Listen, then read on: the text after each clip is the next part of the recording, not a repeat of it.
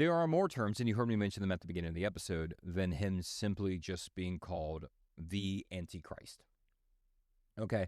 Uh, what's funny is that's a term we give to him often, and yet it's only brought out like 4 times, and only in John's epistles, which I've been reading from today. In Revelation, also written by John, he's not called the Antichrist.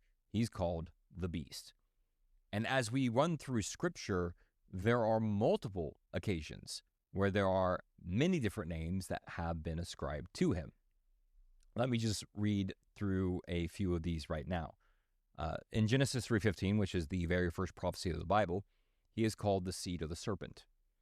We find him in Isaiah and Micah being called the Assyrian, which is an interesting title that we're going to dive deep into and dedicate a whole episode to, of understanding who is the Assyrian. That's going to be one of those identity episodes of identifying who the Antichrist is. Daniel gives him multiple titles as we begin to roll through that, such as being called the Little Horn, the Prince who is to come, and the Willful King. Zechariah then calls him the Foolish Shepherd, and so he's going to be a leader that abandons and exploits and ultimately destroys the flock that is entrusted to him.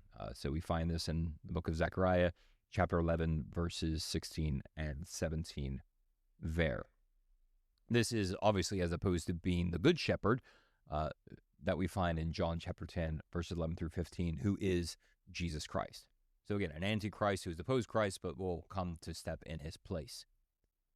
When we get to the New Testament, there are other names ascribed to him. You've already heard me declare him to be the beast in Revelation 13, given by John, but Paul also gives him a few names in his letters to the Thessalonians, such as the man of lawlessness and the son of destruction.